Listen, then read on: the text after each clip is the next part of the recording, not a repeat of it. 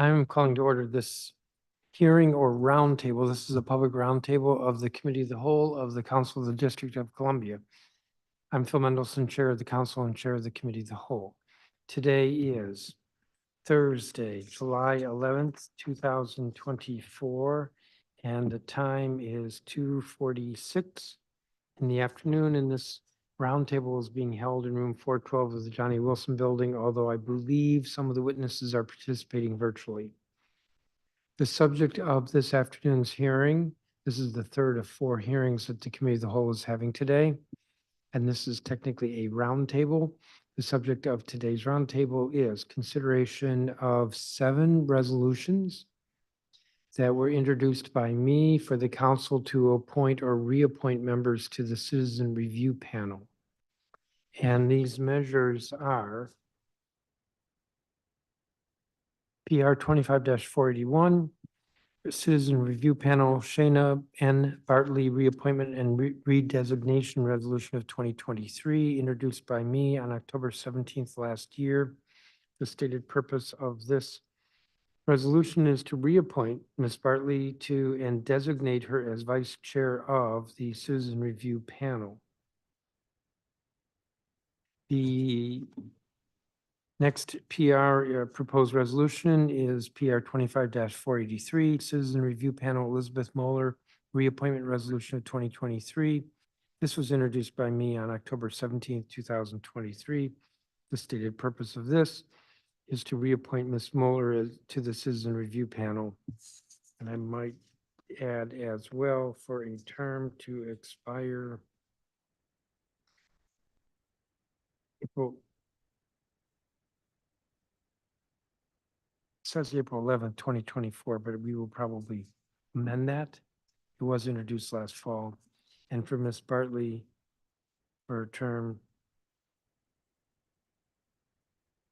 also to end April 11th, 2024, but we will, as we mark this up, change this to be to complete that term as well as for a new term.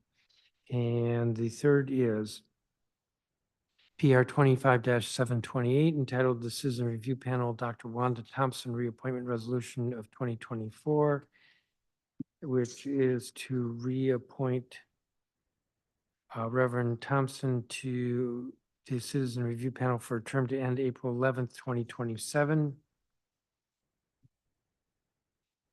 PR 25-729, introduced on April 23rd of this year, entitled the Citizen Review Panel Whitney Miller Appointment Resolution of 2024, to appoint Ms. Miller to the Citizen Review Panel. I'm sorry, Mr. Miller, to appoint Mr. Miller to a term to the Citizen Review Panel for a term to end April 11th, 2026. PR 25-738, introduced on April 30th of this year, Citizen Review Panel, Andrew Miller Appointment Resolution of 2024, to appoint Mr. Miller, replacing Patrick Foley, for a term to end April 11th, 2025. PR 25-739, entitled the Citizen Review Panel, Dr. Tyra Moore Appointment Resolution 2024, introduced on April 30th of this year, and to appoint Tyra Moore, replacing Emily Smith-Goering, for a term to end April 11th, 2025.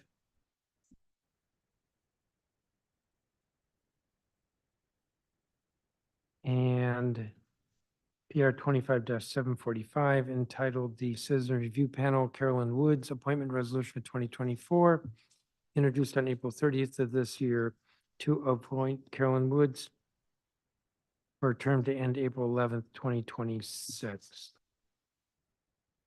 And I have to go by memory here. Why is it that there are different expiration terms? Well, the first two that I mentioned were introduced last fall, so it made sense to finish the terms that they were in, which were expiring earlier this year. But those will all be extended. I believe they're 3-year terms, so they'll all be extended for 3 years. As I recall, the council appointments, which are 7 to the commission or the review panel, are staggered, And so we had to do a little bit of research back to the first appointments to figure out the staggering and the appointment dates. And I'm guessing it's 2025, 2 in 2026, and 3 in 2027, or maybe 3 in a different one of those years. That's the reason why they're staggered that way. With historical roots stemming from the Federal Child Abuse Prevention and Treatment Act, the Citizen Review Panel was codified into district law in 2004. The panel serves as an independent oversight body for the district's child welfare system to evaluate the district government agencies involved in child protection as well as services provided by vendors. The panel consists of 15 members, all of whom must be district residents. The mayor is required to appoint 8 members of the panel and must designate the chairperson. The council appoints 7 members to the panel and is required to designate the vice chairperson, which is why one of the resolutions has in its title, I believe, reappointment and redesignation. The panel is required to be broadly representative of the community and must include members who have expertise in the prevention and treatment of child abuse and neglect. My understanding is Dr. Wanda Thompson is not available today, so when this hearing or roundtable ends, I'll adjourn the roundtable and we'll schedule a new date for consideration of her. The record in this matter will be open for 2 weeks. That is, it will close at 5 p.m. on Thursday, July 25th, 2024. And what that means is that if anybody is submitting anything for the record, it needs to be filed within the next 2 weeks. Council's always considering whatever is given to us, and there may be something that comes in afterwards that we would choose to include, but to be certain, it has to be filed within the next 2 weeks. The only witnesses that we have for this roundtable are the nominees, and so I'm going to call them all forward. I believe there are 2 here, which is great. You get gold stars, and everyone else is virtual. So Dr. Tyra Moore, Shayna Bartley, Elizabeth Moeller, Whitney Miller, Andrew Miller, and Carolyn Woods. So 2 of you come forward. And the others, I believe, are all online.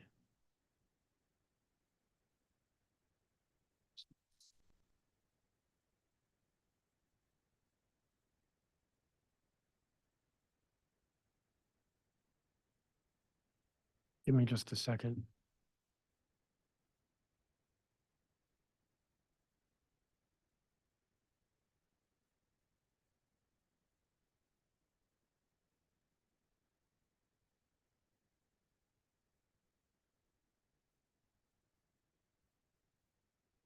I think each of you were advised it's helpful to have a statement. And so I'm going to call each of you in turn. Dr. Tyra Moore. Good Yes. afternoon.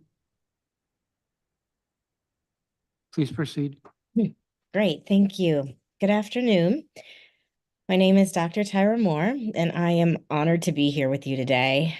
I first want to thank the council for holding, and you, Chairman Mendelson, for holding this hearing and considering my nomination and those of my distinguished peers. I also want to thank the leadership of the Citizens Review Panel for this nomination and their belief in my capacity to be a contributing member. I would like to start by sharing a bit about my background and relevant experiences. I'm a clinically licensed social worker in Washington, D.C. and in Maryland. I started my career as a social worker in 2004 with a local D.C. foster care agency. Now, for social workers, it's the kind of well-known social work saying that if you can survive being a case manager in foster care, you can pretty much do anything in social work after that. I certainly took that to heart and plan to do my 2 years in foster care and then to move on to another area of practice. 20 years later, I still haven't moved on, and I am proud to say that I've pretty much fallen in love with child welfare work. Over the last 20 years, I've appreciated every opportunity that's come my way because it's allowed me to learn, to grow, and to have a positive impact on families from a number of different aspects. My most recent full-time role inside of child welfare was at the Children's Law Center. That role afforded me a number of opportunities to engage in micro, meso, and macro level advocacy. Among other things, I engaged directly with children and families in an effort to center their experiences and their voices. I provided expert clinical testimony in DC Superior Court and consistently advocated from a best practices perspective. I was appointed to collaborative cross-organizational task forces that focused on creating systemic change. And I was also afforded the opportunity to provide trainings on issues such as attachment and trauma to practitioners, attorneys, and even family court judges, both on the local level and at national conferences. In 2019, I enrolled in the Doctorate of Social Work program at the University of Pennsylvania. This program allowed me to develop and conduct research related to teens parenting and foster care. I was able to include the voices of several DC Child and Family Services Administration social workers and explore their perspective on care with this vulnerable multi-generational population. I'm excited to be presenting my research at 2 national conferences in the fall, as well as drafting academic articles that will contribute to expanding this body of research. While in my doctoral program, I transitioned from full-time child welfare work to opening a private mental health therapy practice where I primarily serve adults. Now, in an effort to stay active in the local child welfare space, I currently provide clinical trainings and clinical coaching to volunteer mentors with DC Family and Youth Initiative. That's DC FYI. And it's focused on providing long-term mentors and communities of support to older teens in foster care who are often preparing to transition out of the system and really need lifelong connections. Now, one of the very important lessons that I have learned through all my experiences, as well as my research, is that the vast majority of individuals who are working in this space and serving this population are fully committed to the best care for children and families. However, there are many unintended barriers and challenges inside of systems that can prevent the provision and the receipt of the highest quality of care. It is our responsibility as a community to be thoughtful and objective monitors of these systems and to recommend course correction when we identify systemic issues. I believe that as a community, we are also responsible to ensure that our most vulnerable district children and families are not lost inside of bureaucracies, of organizations, and honestly, the politics of those things. In alignment with the mandates of the Citizens Review Panel, I am committed to utilizing the full breadth and scope of my practice and research to inform and openly interrogate policies, practices, and procedures of all agencies involved with child protection in the District of Columbia. If confirmed, my intentions will always be to take a balanced and objective approach, which includes highlighting the strengths as much as the areas of concern, and will work to situate the knowledge gained within a broader context of child welfare best practices, both locally and on a national level. Thank you. Thank you, Dr. Moore. Shana Bartley? Good afternoon, Chairman Mendelson and members of the DC Council. Thank you for the opportunity to address the Council today. My name is Shauna Bartley, and I'm a Ward 6 resident, child and family advocate, and current Vice Chair of the Citizen Review Panel. I have been a member of the Citizen Review Panel since 2018, and I'm grateful to serve alongside my neighbors who love the district and care deeply about the children and families that comprise our community. Over the last 6 years, I have been so inspired by the panel's efforts to think about tangible ways we can strengthen the child well-being system in DC. In that time period, the panel has taken on multiple projects, including strengthening our bylaws, examining CFSA's in-home services and services for youth aging out of foster care, and holding a community forum. This work is a reminder of the contributions that a group of committed volunteers can make together. Annually, with support of the CRP facilitator, the CRP submits a report to CFSA, DC Council, and the Mayor's Office with our progress and any relevant recommendations on how to strengthen child and family supports in DC. CFSA provides timely responses to those reports, and we recognize their work to respond and address our concerns, questions, and research inquiries. During my time on the CRP as vice chair, we have encountered numerous challenges around recruitment and retention that have stifled some of our progress.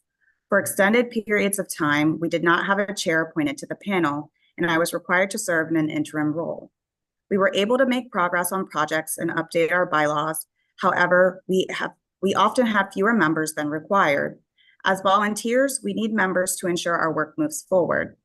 This term, we will receive new promising members to the panel. I think their energy and enthusiasm will produce good work. We are eager to ensure more participation and connections with other community members, especially youth and families that have been involved with DC's child welfare system. In the future, I hope the panel can work collaboratively with the council and the mayor to reduce vacancies on the panel. I would support conversations to review the appointment process and find ways to engage with more community members as volunteers. I have agreed to continue my service because I believe the Citizen Review Panel provides an important function in our larger child well-being system. The body is tasked with providing citizens' perspectives on CFSA's efforts to comply with federal child protection requirements. Over the last 6 years of service, I have seen the CRP produce important recommendations for CFSA's consideration. With additional members coming to the panel, I hope to provide important institutional knowledge in addition to contributing to our new and ongoing work. In conclusion, I want to thank the DC Council for the reappointment and redesignation to serve on the CRP. Thank you, Ms. Bartley. Elizabeth Moeller? Good afternoon, and thank you, Chairman Mendelson. I appreciate the opportunity to speak with you today. My name is Elizabeth Moeller, and I'm a resident of Ward 3 in the District of Columbia. I'm a licensed independent social worker in DC and work directly with children and families who are involved with CFSA, as well as other members of the community who are seeking mental health services for their young people. My professional experience will allow me to contribute valuable insight into the needs of the district's children and families. I've agreed to serve another term on the CRP in order to provide continuity in the membership and contribute institutional knowledge of the workings of the panel. Having been a member since 2018, I've experienced, like Ms. Bartley, the challenge of turnover in the volunteer membership, as well as the challenge of recruitment and appointment of new members. These delays can result in a loss of momentum for the existing CRP working groups and impede the ability of the panel to effectively fulfill its mandate to oversee the district's child welfare system. I look forward in this next term to supporting the effort to create a more streamlined process of bringing new members onto the Citizens Review Panel, and I'm happy to answer any questions you may have for me. Thanks. Thank you, Ms. Moeller. Dr. Thompson is absent. Whitney Miller?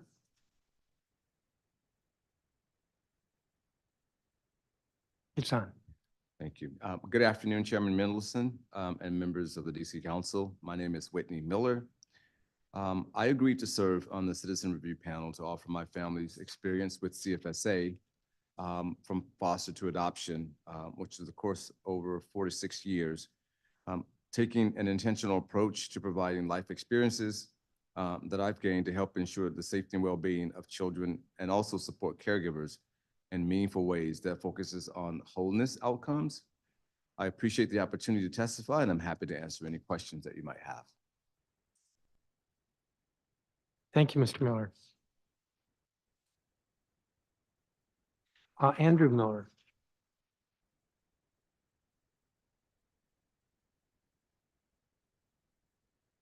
Good afternoon, members of the council, fellow appointees. It's an honor to be with you today, come alongside such a dynamic group of individuals on the DC Citizens Review Panel who are dedicated to our city's children and families.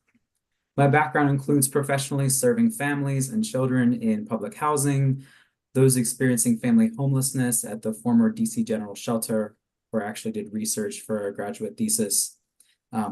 In addition to most recently as a program director at a mentoring organization for youth in the foster care system, and this was all in the District of Columbia.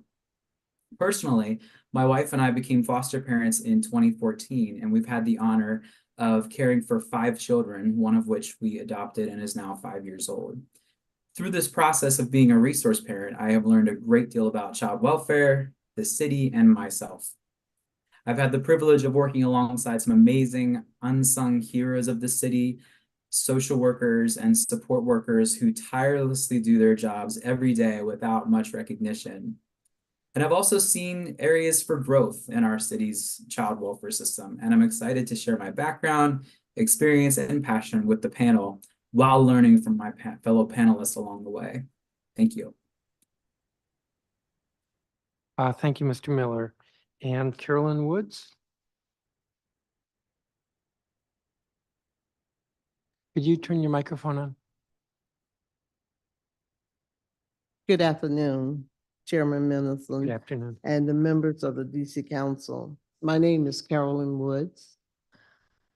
I have a passion and well-being of people in general, and especially for the elderly and children.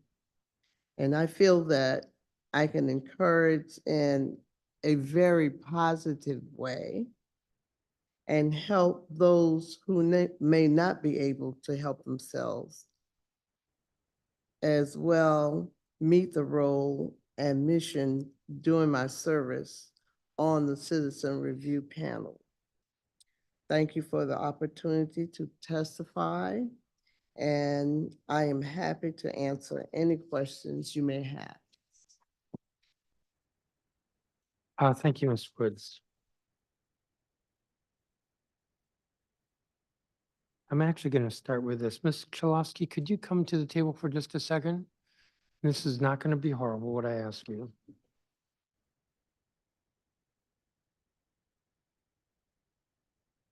So you are the facilitator, which is sort of like the staff or executive director for the panel. Yes. How often does it meet?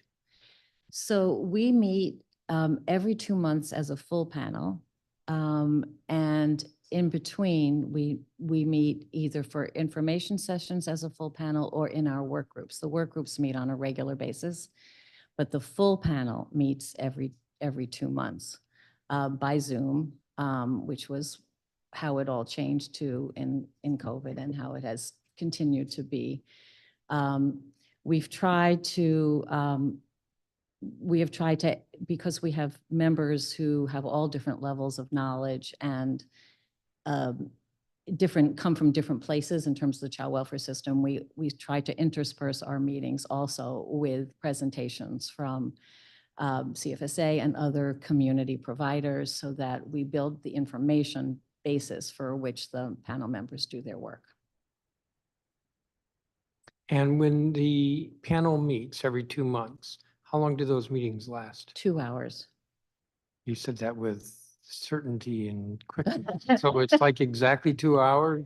Well, they started 6:30 and they ended 8:30 on Zoom. And of course, there's, sometimes we stay on a little bit longer and chat, some of us, but the actual meetings themselves are 2 hours. And the work group meetings in between can be any amount of time. There's 3 work groups and they meet at all different times, but the panel meetings are the open public meetings that everybody is at.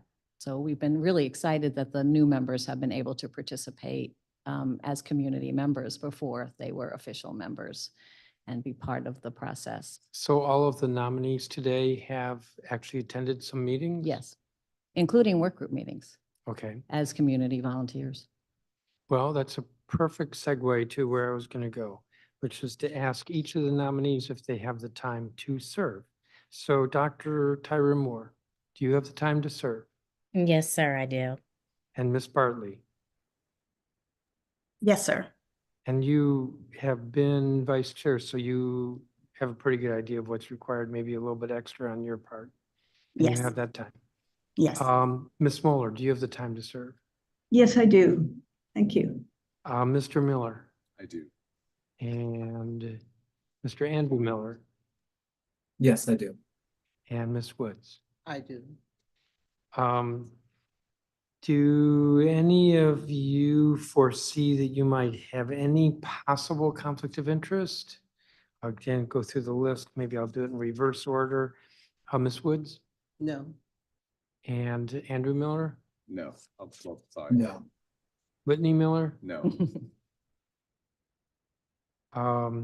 Ms. Mueller, No, sir.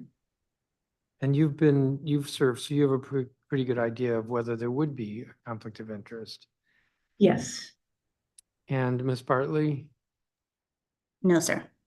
and Dr. Moore. I would mention, and I did put this on the information that I sent forward a few days ago. I don't believe it's a conflict of interest, but I am just sharing that I do serve on a panel that is a community contributing panel to the selection of DC Superior judges.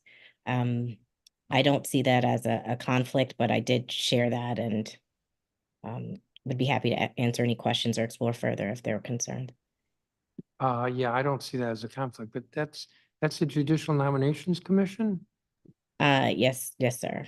You are on the Judicial Nominations Commission, or it's a panel that supports the commission? It's a panel that supports the commission.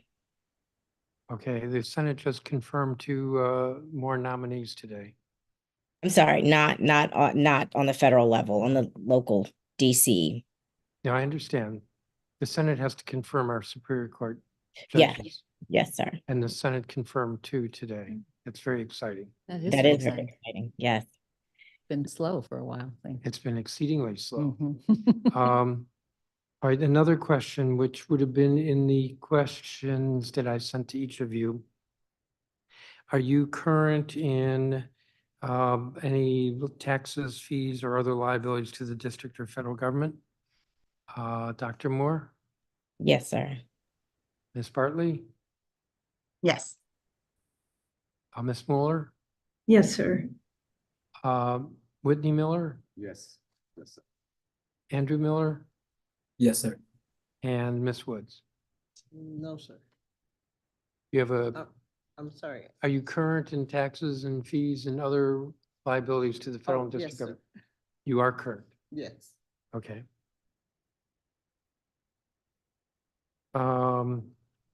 Let me just sort of ask as a free-for-all, since you've all attended some meetings, do you have any observations that you would like to share about how the panel is working or what you hope to maybe effect?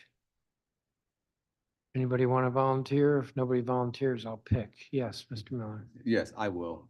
Whitney Miller. And I think since I've been able to participate in some of the, in mostly all of the meetings, my sort of keen observation is that there's a group of people there from different backgrounds, different walks of life with varied experiences and with varying levels of subject matter expertise, if you will, that comes to the table to affect the type of change that I think we all feel is needed.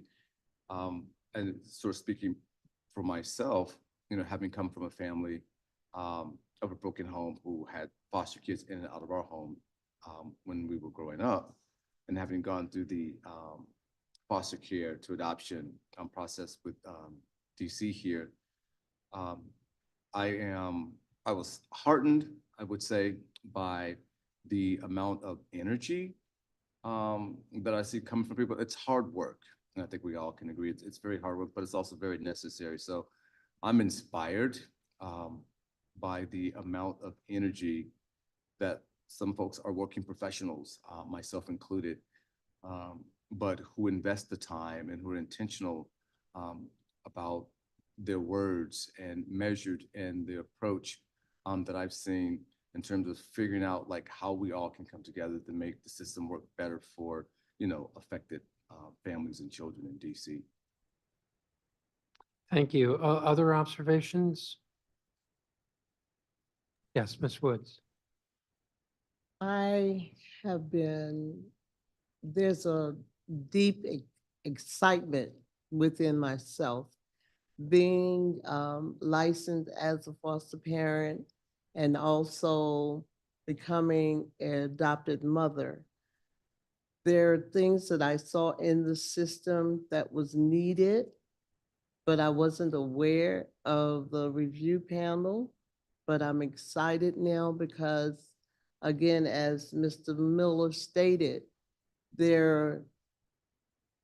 everyone comes with something to contribute and to help the system enhance it even more with the child welfare system. So I'm very excited about that.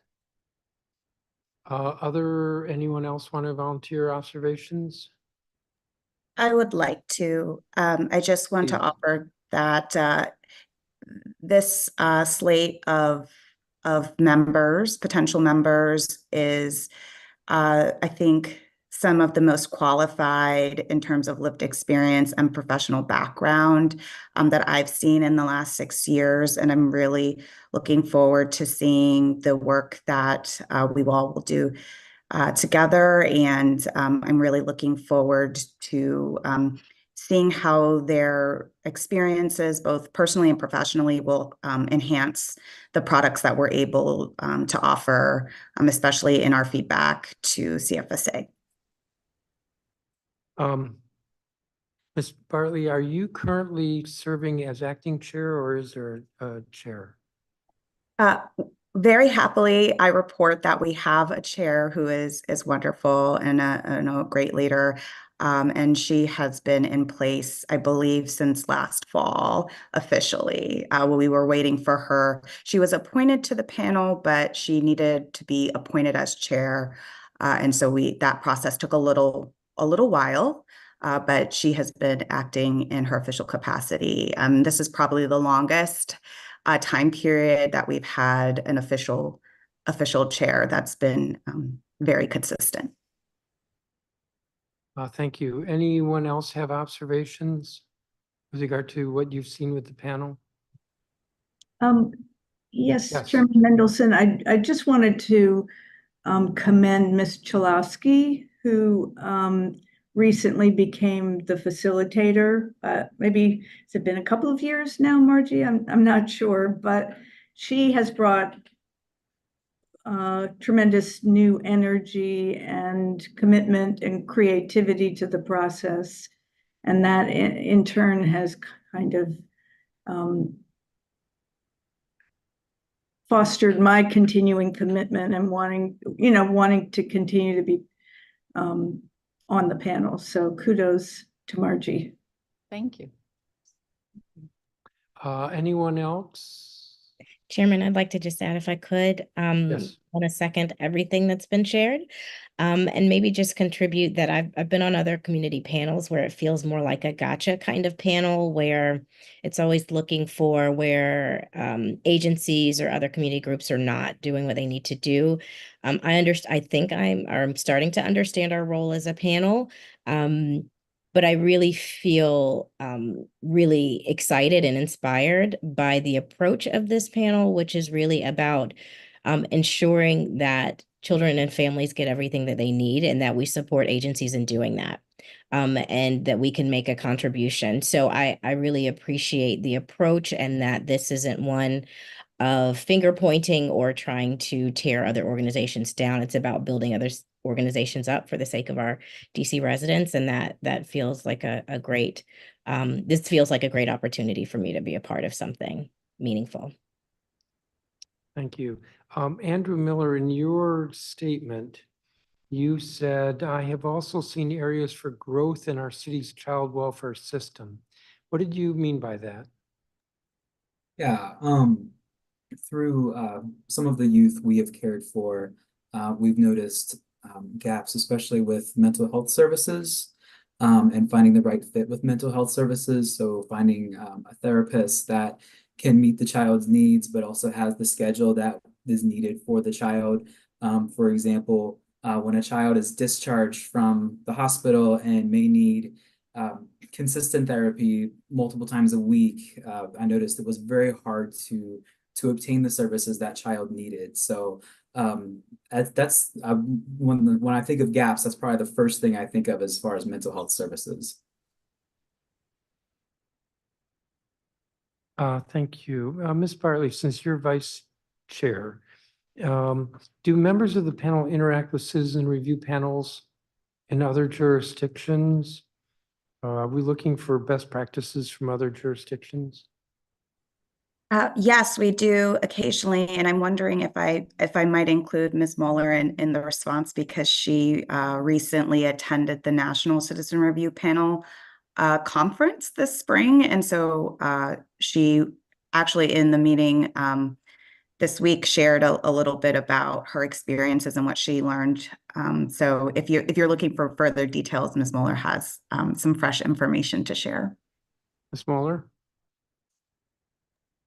Hi, yes, thanks. Thanks, Ms. Bartley. Yeah, I was fortunate to be able to attend the national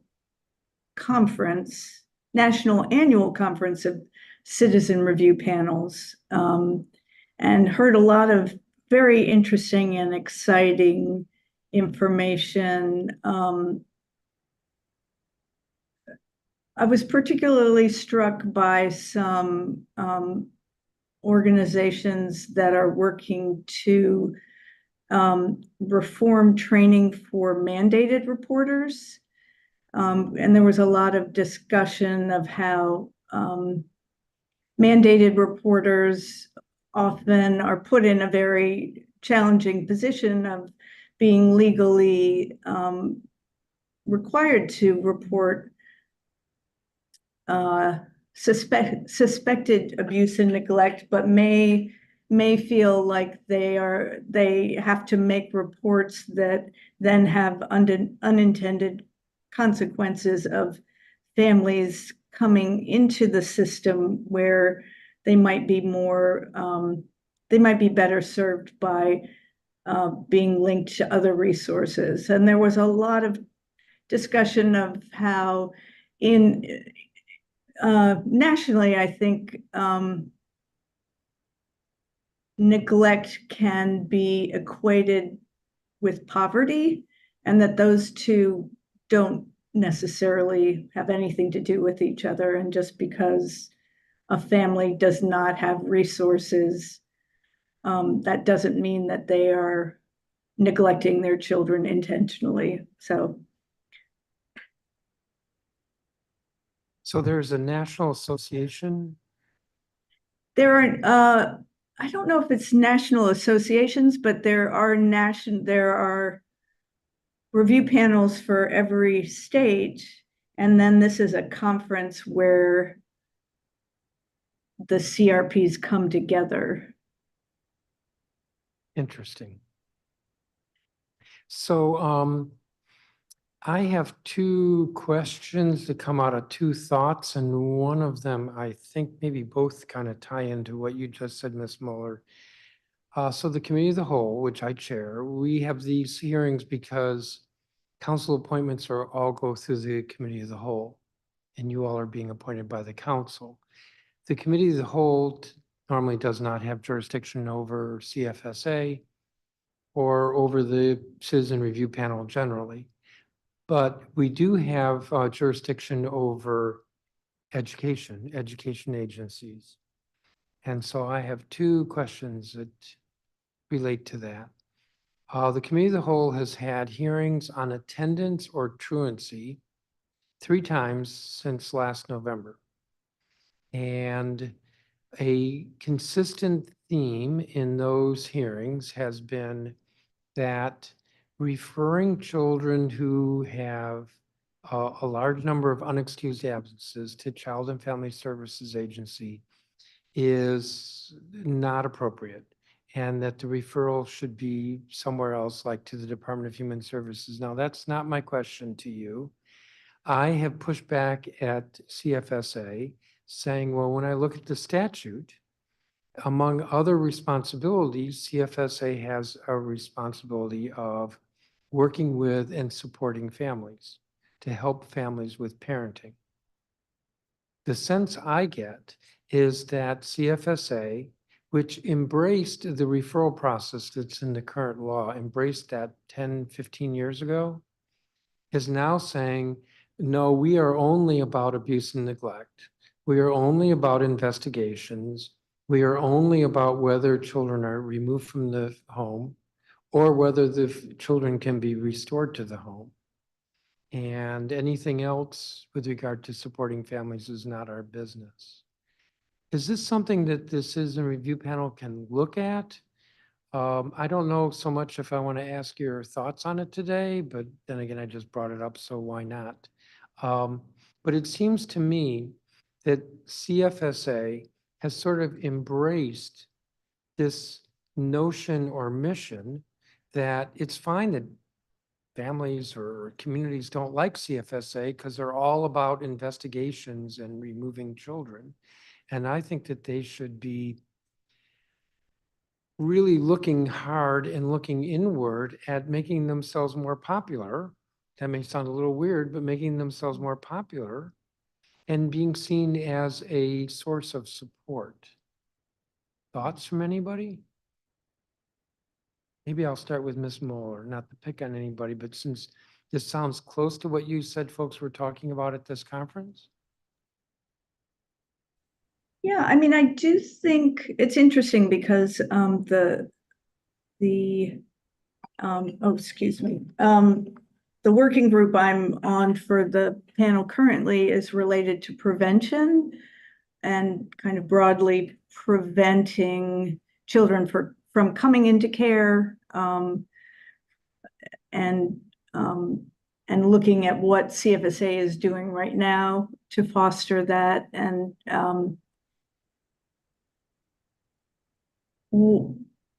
there is a process whereby mandated reporters would make a report to the hotline, and it could be for what we call educational neglect if kids aren't going to school, or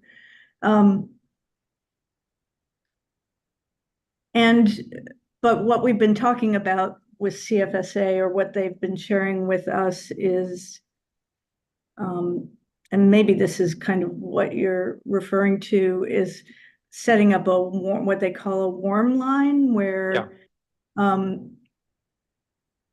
report may come, a family is in need. It results in a call to the hotline, but then the hotline can help facilitate kind of a transfer, or guide families in getting connected to the services that they need. And so I agree. I mean, as a mandated reporter, we say to families sometimes, if we have to make a report, we're doing this so you all can get help and support. We don't want you to, we're not saying we want your family to be separated, but we want to help you get what you need so you can take care of your kids and stay together.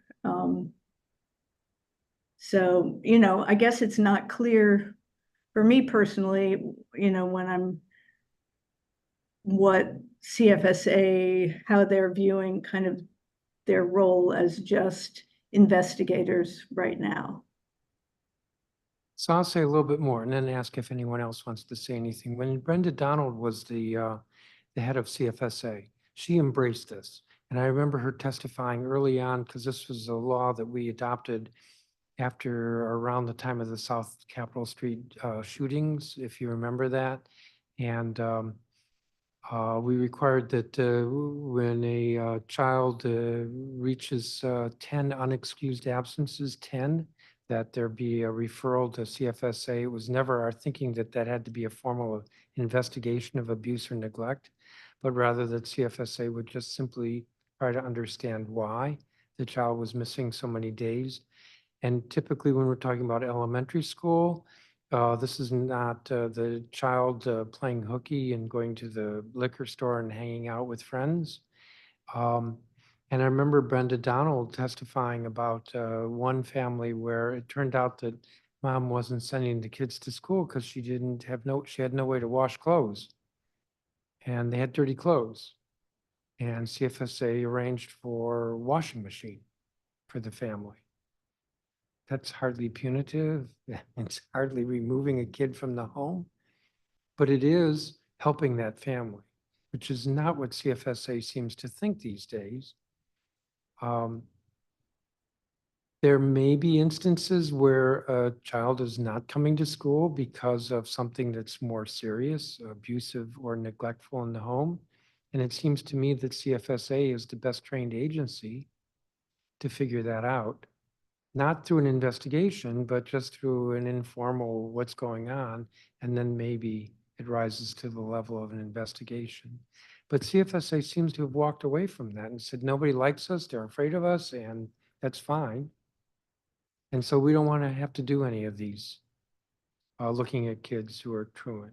So again, I'm not so much asking you about truancy, but asking whether the panel should be looking at CFSA trying to be perceived more kindly, or whether we just give up on CFSA as being an agency that the community is going to be afraid of. Miss- May I say something? Yes. Sounds like what I'm hearing from you is that you feel like CFSA's scope is narrowing. Yes. From whence it was. And the work group that Ms. Moeller was talking about, we are focused on looking at some of the families for whom calls come through and there's not enough for an investigation, but nothing, is anything happening? Are services actually going to be provided at all if it doesn't rise to the level of investigation? And I see what you're saying, what you are suggesting as certainly another outgrowth of that, of focusing. As I said, we have 3 work groups. On the work group that's focusing on sort of the front end, I do think that what you are suggesting about looking at that ed neglect would be certainly a very viable project for, after we finish the projects we're working on now, to actually look at that. It's intriguing. I hear what you're saying, and it is intriguing. Myself personally, and I'm not on the panel, I'm the facilitator. I wish I knew the answer around the educational issues and where they should land in the city, but I definitely do think that's an interesting topic that we could look at. Thank you. Mr. Miller? Yeah, thank you. No, I totally agree with what Margie said here, but in addition to that, I think viewing CFSA as the person that comes and does investigations and breaks up families, I think that's just kind of the culture that's been built around what CFSA does, right? And like, I think there's room for conversations, and talking to folks about what can we do to sort of have a CFSA be more community centered, what type of outreach can be done so that they're not just viewed as the people that come and do investigation, take the kids away, because that's what it is viewed as right now. But I would be open to conversations around trying to help CFSA sort of remake that image so that, maybe not necessarily popular, but that folks see them as a partner in their communities, and they're not just there to take their kids away, but also to kind of help support families in need, especially around the truancy. I mean, I remember reading my son's handbook from his school, and I saw that, where, there's so many unexcused absences that it gets reported to CFSA. And I just remember thinking to myself, are we really doing that? And there's some of the unintended consequences of such a referral to CFSA. If they're not going to be there to support and start to figure out like why we have this issue. Like you said, the woman who couldn't wash clothes or didn't consider kids to school. Those are some of the nuances that I think are missed when there's that direct report. CFSA gets a report, says there's, the threshold for the number of absences have been met. Now let's go in with a wrecking ball instead of going in with, a feather and trying to figure out what's going on. So certainly, I think there is adequate room for that conversation around how CFSA is viewed in terms of their partnership and outreach. I don't think I don't know, just what sort of outreach they do in the communities that they operate in and around DC. But I think that's part of the conversation also.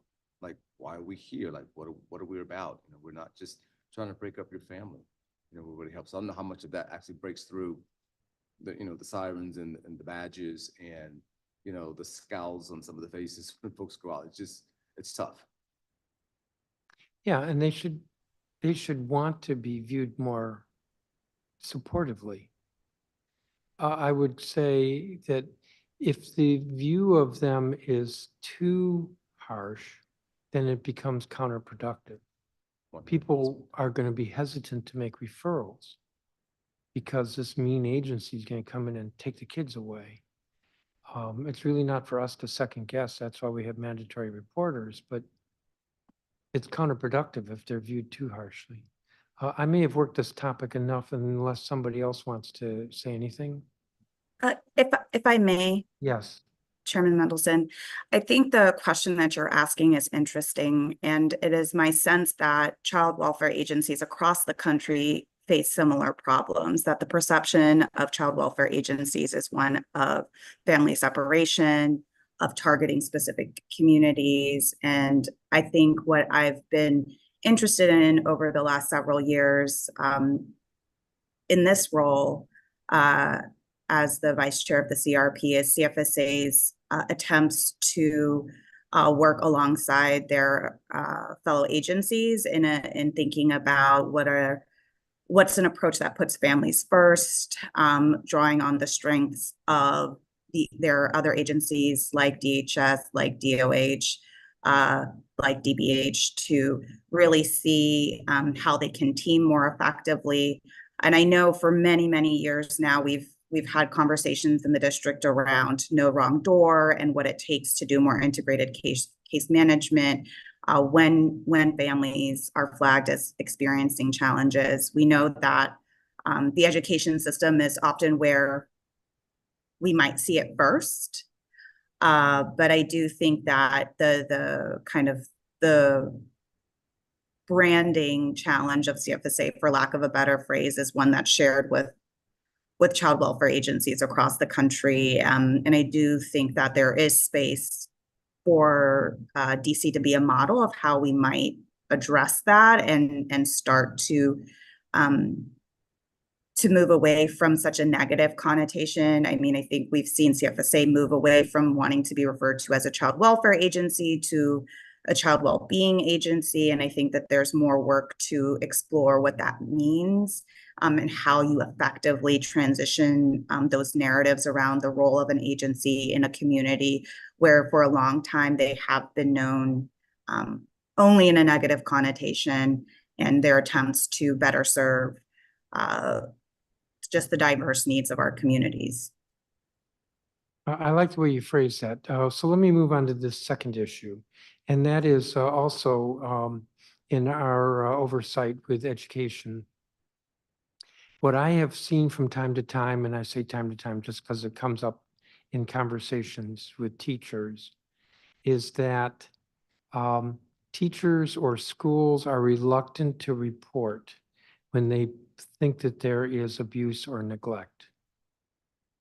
That a teacher believes that a student in their classroom is being abused and gets pressure, maybe from the principal or maybe from the instructional superintendent, maybe just from others, not to report because it's kind of embarrassing that this would be happening in our school.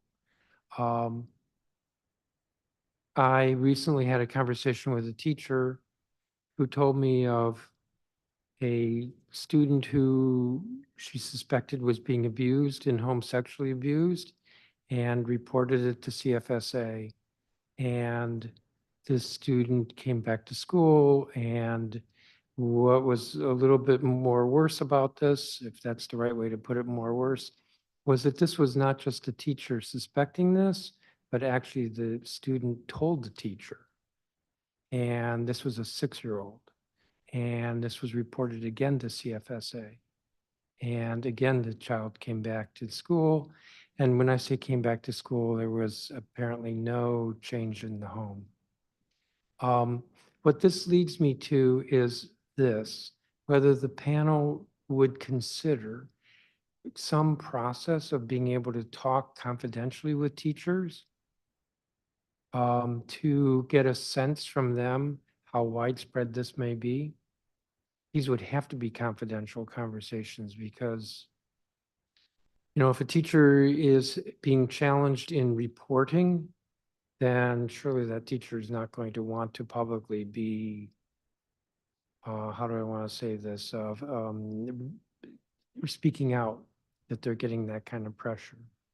And I think similarly, that if a teacher is being told of by a child that they're being abused, that's also probably a situation where the teacher's not going to want to speak publicly about it, and your meetings are public. But I think there might be a way that you could, even under the Open Meetings Act, have a do confidential interviews. But I think there is more of a problem here with the reporting than we recognize or want to admit. And I think maybe the panel could be a way of looking at that and exploring just how extensive it is and what some of these circumstances are where it's not being reported.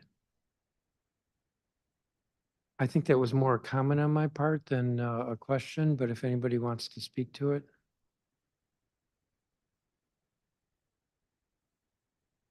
I actually can say one thing about that. We are the same work group that Ms. Moeller was referring to that is looking at the process of when calls come in and what happens to those calls when something isn't open. We do have a plan to be reaching out to teachers as we have somebody on our panel who's an existing member who is very concerned about what happens to some of those calls that come from schools that seem to sort of go into the ether.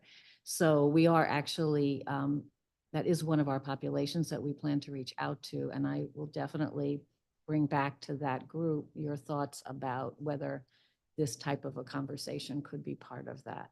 We hadn't been thinking about one-on-one confidential conversations in that way, but we can certainly consider it.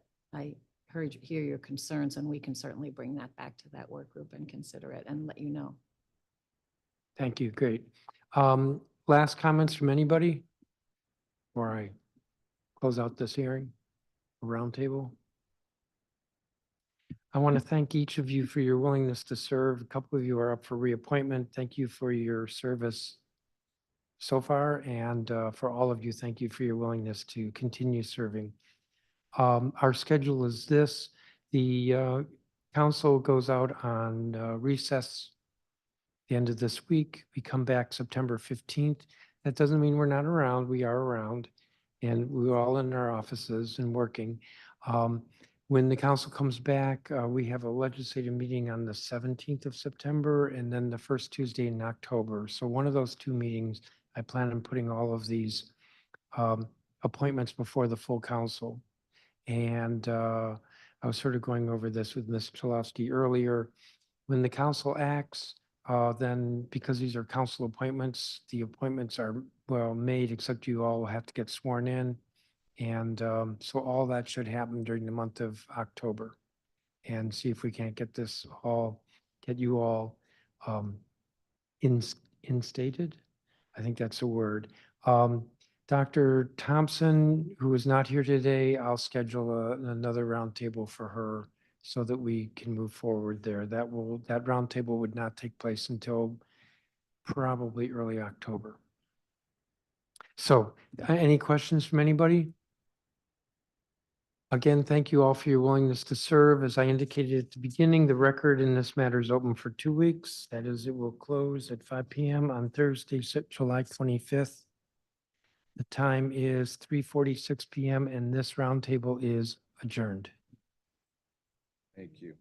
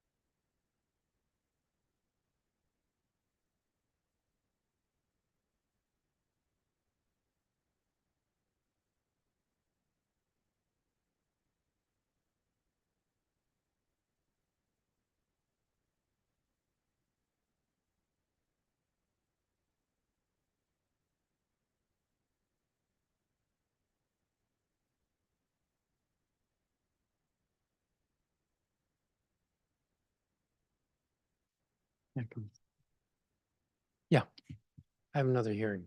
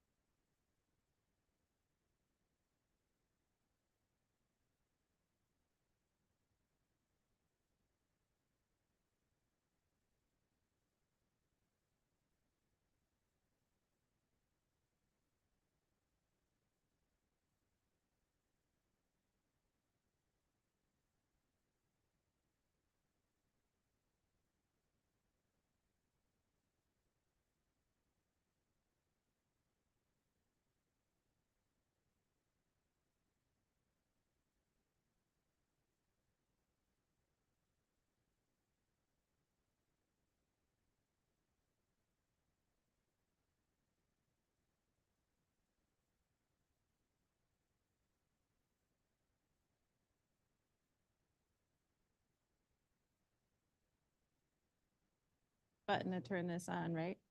Okay.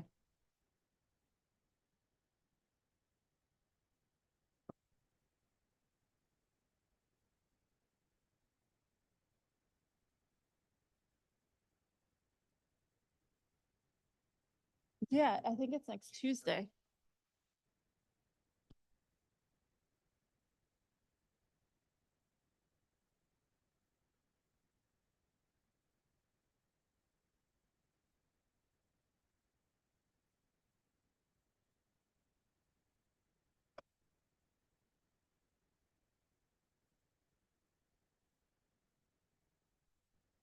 I am calling this hearing to order. This is actually a public roundtable of the Committee of the Whole of the Council of the District of Columbia. I'm Phil Mendelson, Chair of the Council and Chair of the Committee of the Whole. Today is Thursday, July 11th, 2024. The time is 3:50 p.m. and this roundtable is being held in hearing room 412 of the John A. Wilson Building. The subject of this roundtable is PR 25-888, entitled The Board of Directors of the Washington Metropolitan Area Transit Authority Spring Worth Reappointment Resolution of 2024.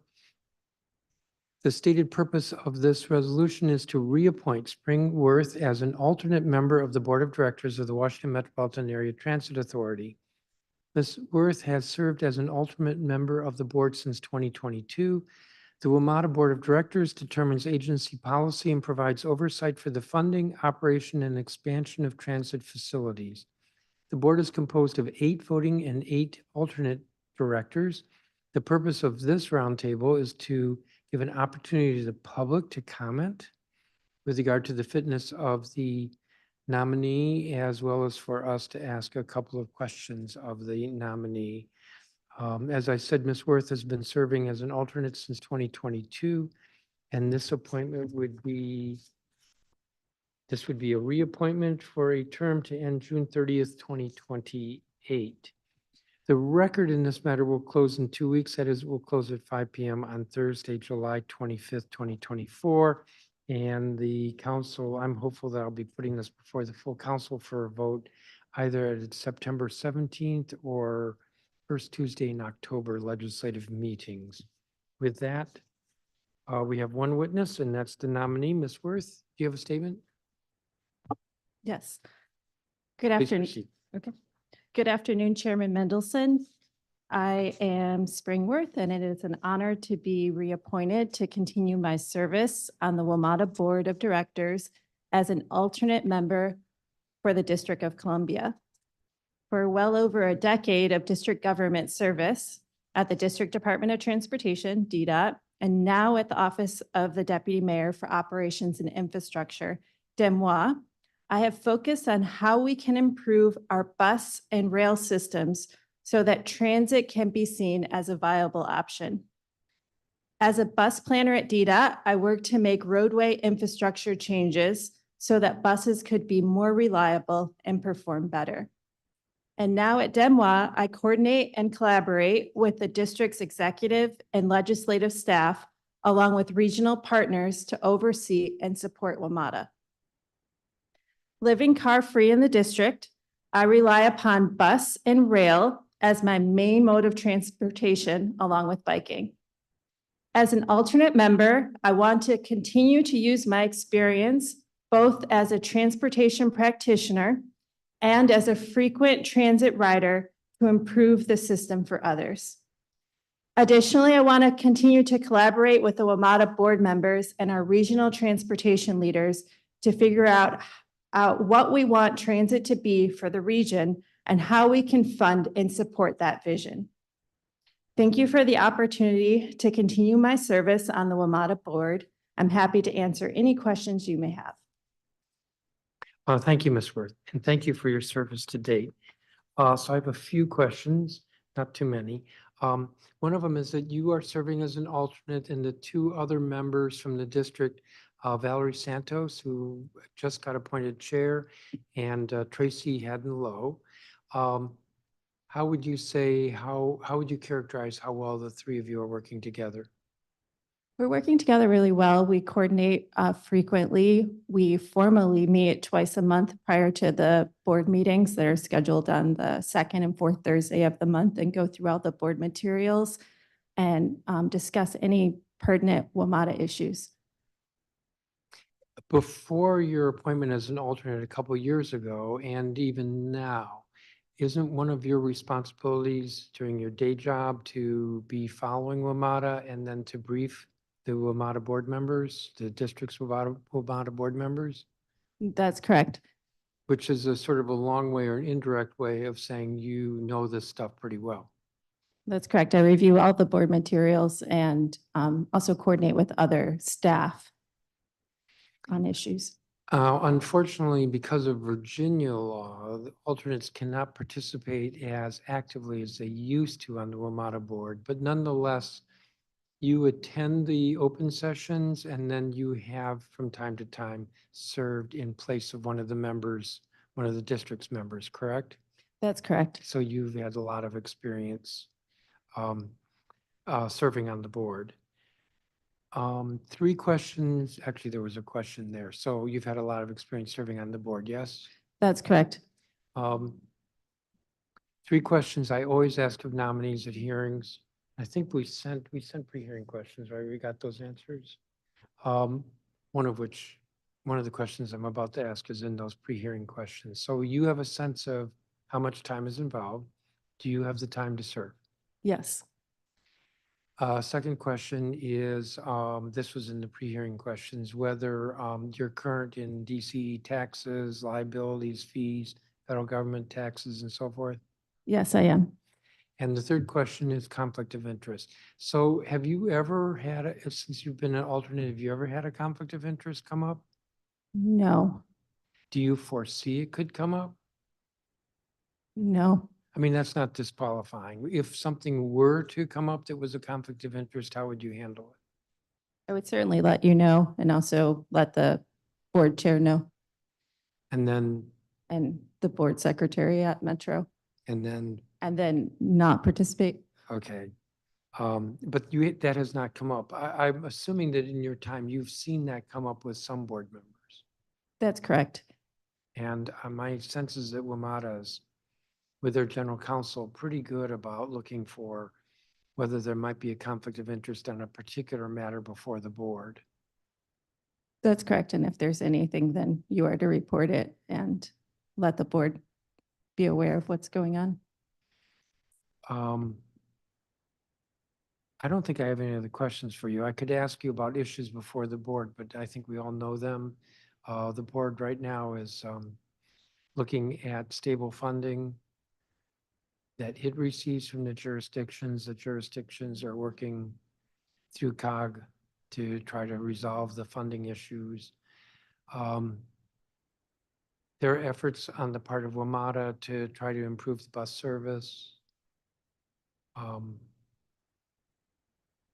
like doing all the talking here, but I don't know that I need to ask you any questions about any of that. Is there anything else that you want to volunteer at this point to bring up? No, thank you for considering me for the reappointment. Absolutely. I will say, part of the reason why I think it's important to have these hearings is so that there's an opportunity for the public to raise concerns if they have any. I'm perfectly fine looking at empty seats, which suggests that folks are satisfied with your service, as am I. Thank you. If there's nothing else, then I'm going to adjourn this roundtable. Again, this has been a roundtable on PR 25-888 to reappoint Springworth as an alternate member of the WMATA Board of Directors from the District of Columbia. The record will close in 2 weeks. That is 5 p.m. on Thursday, July 25th. Time is 3:59 p.m. and this roundtable is adjourned.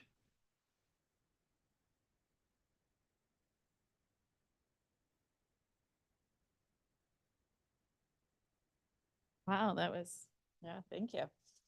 Very smooth. Yeah, you could have asked me a lot of questions about like the budget and